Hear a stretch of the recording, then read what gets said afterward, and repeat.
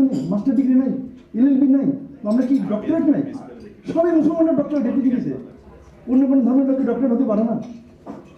এত এইভাবে বঞ্চিত করলে আমরা কোথায় যাব? এই যে ইলেকশন আসছে সামনে, আপনি জানেন ইলেকশন আগে পরে কি অবস্থা হয়? নোয়াপাড়া 2 ভাই দাঁড়িয়ে ছিল ইলেকশনে, এক বাইরে ভোট দিয়েছে হিন্দুরা, আরেক বাইরে দেয়নি, তুই দিলি না কেন? কত নির্যাতন! আমাদের শুধু ভয় হয় ইলেকশন আসলে, আগেও নির্যাতন, পরে নির্যাতন, ওকে ভোট দিলে না কেন, আর ওকে দিলি না কেন, আর দিলেও বলে যে তুই দিস নাই। তাহলে আমরা যাবো কোথায়? আমরা খাইলেও বলে মরবে, আচ্ছা তুই কি ভাত খাইছিস? খাইনি, খাইলি না কেন? খাইলেও মারবেন, না খাইলেও মারবেন, তোমরা যাবো কোথায়?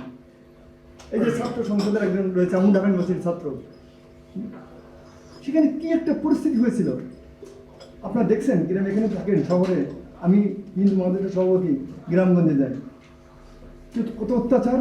জমি দিবি, কালকে বিক্রি না করলে তুমি দেশ ছেড়ে হিন্দু দেবো, কেন দিবি? ওইটা আমার দরকার, ওখানে দোকান করবো, এই বাড়িটা দিবি, তোর এই বাড়ি ভালো থাকিস, আমাকে তো আছে না?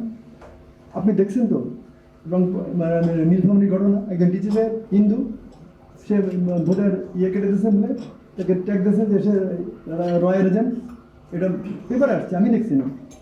কেন? ডিজিটাল তো ভুল করতে বিচারক আছে, দেশে বিচার ব্যবস্থা আছে, তাকে ট্যাগ দেওয়ার অধিকার আপনাকে কে দিয়েছেন? আমি যদি কোনো অপরাধ করে থাকি এখানে এসেও আপনাদের বিচার ব্যবস্থা আছে, বিচার নেন, যদি অন্যায় করে থেকে বিচার করেন। এই যে গাইবান্ধার যে বাবা ছেলেকে নিয়ে গেল, তাহলে এটা ভোট দেবে কি করে? উনি একটা ভালো কথা বলছেন, ভোটের আগে এবং পরে উনি সত্য কথাটা বলছেন। জানেন মেয়েদের নিয়ে কি কত চিন্তিত থাকি আমরা, আমারও মেয়ে আছে, আমি সবসময় চিন্তিত থাকি রাস্তায় বেরোলে। ওই হিন্দু গলায় মালা দিলে তো কথা নাই, আর ওনাদের যে ড্রেস দেখলে তো বোঝে যে এরা অন্য ধর্মের লোক। তাহলে আমাদের অবস্থান কোথায়? বাংলাদেশে একজন মুয়াজ্জিনের বেতন আজকে পেপারে দেখলাম 45,000 টাকা, আর একজন হিন্দু পুরোহিতের বেতন হচ্ছে মাত্র 600 টাকা। এটি কি কোনো বৈষম্য হলো?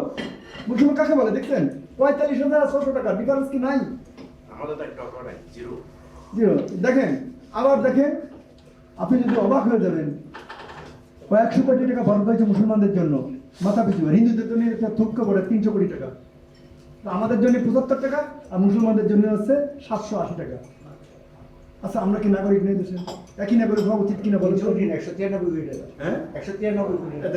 আমি কয় 100 কোটি টাকা বলছি। আচ্ছা, 193 কোটি টাকা। আমাদের জন্য কোনো বরাদ্দ নাই। আমরা কি আসলে মানুষ না নাকি?